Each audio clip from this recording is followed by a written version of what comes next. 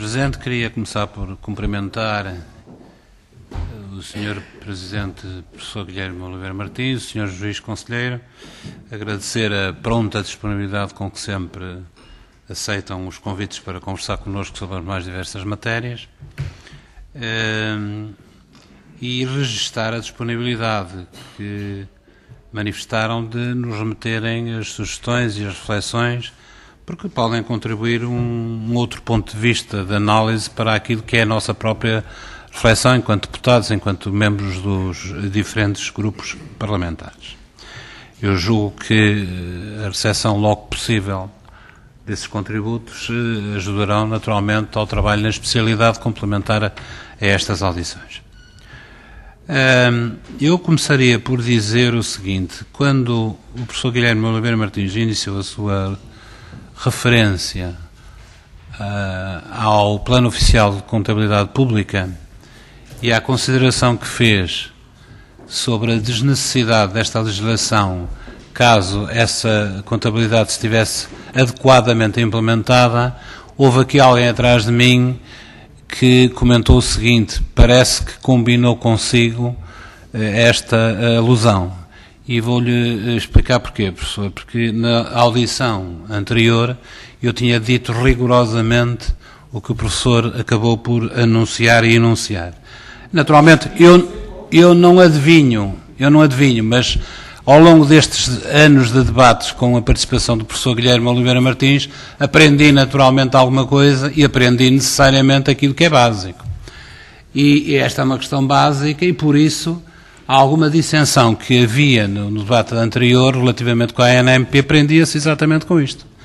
É que eu considerava, ao contrário de outros colegas que tinham uma opinião relativamente divergente, é que a existência do POCAL foi um instrumento, naturalmente a par de outros, da fiscalização prévia, para que a situação financeira da dívida das autarquias hoje esteja relativamente controlada e numa posição muitíssimo mais confortável do que de outros setores, sem dúvida nenhuma.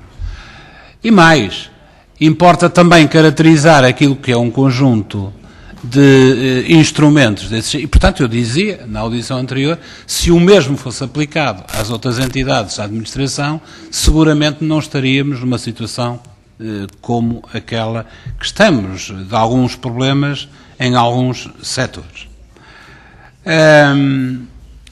De toda a maneira, importa também clarificar que nós não podemos analisar, eu compreendo que o Tribunal de Contas o faça, mas não podemos analisar a bondade subjacente à apresentação de determinadas propostas de lei exclusivamente do ponto de vista da sua aplicação técnica e do ponto de vista da verificação que esta legislação tem de obstar a determinadas situações financeiras complicadas neste ou naquele setor.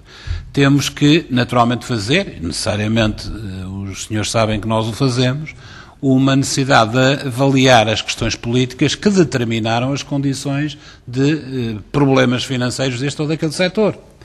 E uma questão que se coloca, porventura, antes desta legislação, é saber se neste ou naquele setor, por exemplo, no setor do poder local, a situação periclitante que há em com algum significado não é a consequência de um subfinanciamento, ou melhor, de um romper das expectativas que essas entidades tinham relativamente àquilo que era o conjunto dos financiamentos expectáveis, designadamente nos últimos anos. E isto claramente é um romper dessas expectativas.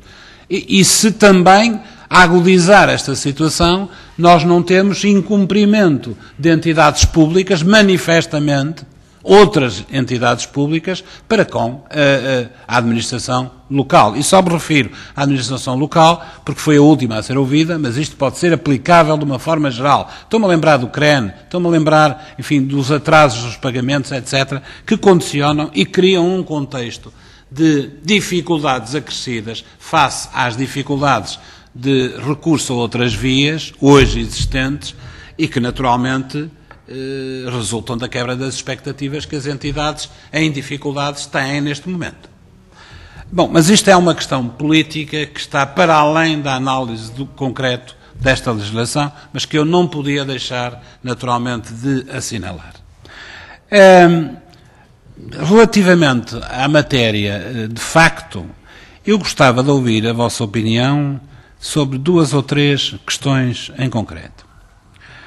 A primeira resulta da alusão inicial do artigo 3º quanto ao mecanismo de controle feito através dos fundos disponíveis. O Sr. Juiz Conselheiro Pinto Almeida referiu que no desenvolvimento do artigo 3º aparecia já um conceito de dotações, designadamente aquilo que eram dotações esperáveis, receitas próprias esperáveis com um elevado grau de certeza. Não sei se é este o termo.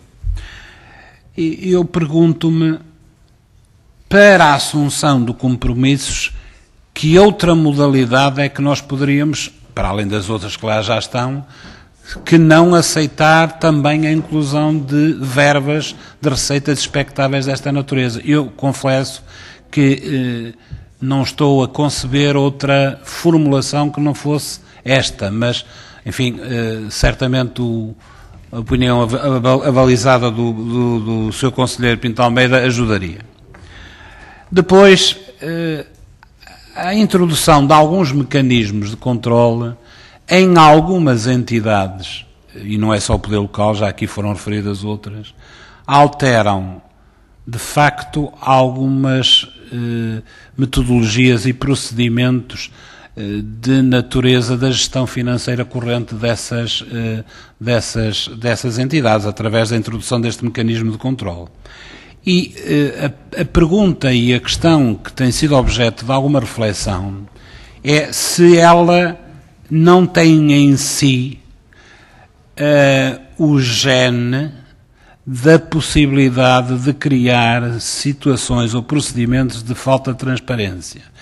Para responder ao mecanismo dos fundos disponíveis, se não pode gerar, por exemplo, ou levar a gerar mecanismos, por exemplo, de fracionamento de contratos que subvertem naturalmente a lei, mas que podem gerar fatores de falta de transparência ou de transparência acrescida. Uma outra questão que tem a ver com esta, tem a ver com aquilo que foi designado agora neste... Transparência acrescida, o que é que quer dizer? Falta de transparência acrescida. É que dizes... Falta uma falta. A ideia era esta. A ideia é esta. A outra questão... Não, subentendia-se. Foi facilmente corrigida. Outra questão tem a ver com aquilo que nós agora estamos a designar de manual de procedimentos. E esta é uma questão que tem que ser feita, uma pergunta que tem que ser feita designadamente ao Tribunal de Contas. Eu acho muito difícil que nós tenhamos um manual de instruções para a aplicação de uma lei sem que questões essenciais desse manual de instruções não estejam contemplados na lei, na própria lei. Porquê? Porque me parece, do ponto de vista da atuação do Tribunal, será seguramente de aplicação controversa, muito mais controversa, socorrer-se de um guião de instruções para a qual o Tribunal nem sequer é obrigado, em tese, a atender. E, portanto, muitas daquelas que são as observações, não vale a pena aqui elencar, que no resultado de um conjunto de troca de debates e troca de reuniões com a Secretaria de Estado do Orçamento, que ocorreu em diversas entidades, aqui nesta sede, por parte da ANMP, etc., que foi sugerido que muitos dos problemas instrumentais, já vou terminar, e já passei as minhas marcas, eu sei, muitos dos problemas instrumentais são superáveis no entendimento destas relações de debate. Mas se elas não forem vertidas em lei, os senhores não as conhecem. Por exemplo, o artigo 4º, quais são as condições excepcionais em que pode haver a ultrapassagem dos fundos disponíveis? Por exemplo, o artigo 7º, qual é o conceito de qualquer momento que lá está? Se houver uma interpretação que não seja no corpo da lei, eu julgo que pode vir a dificultar a intervenção do próprio Tribunal de Contas numa fase posterior. Eu gostava de ouvir a vossa opinião sobre isto. Muito obrigado, Sr. Deputado.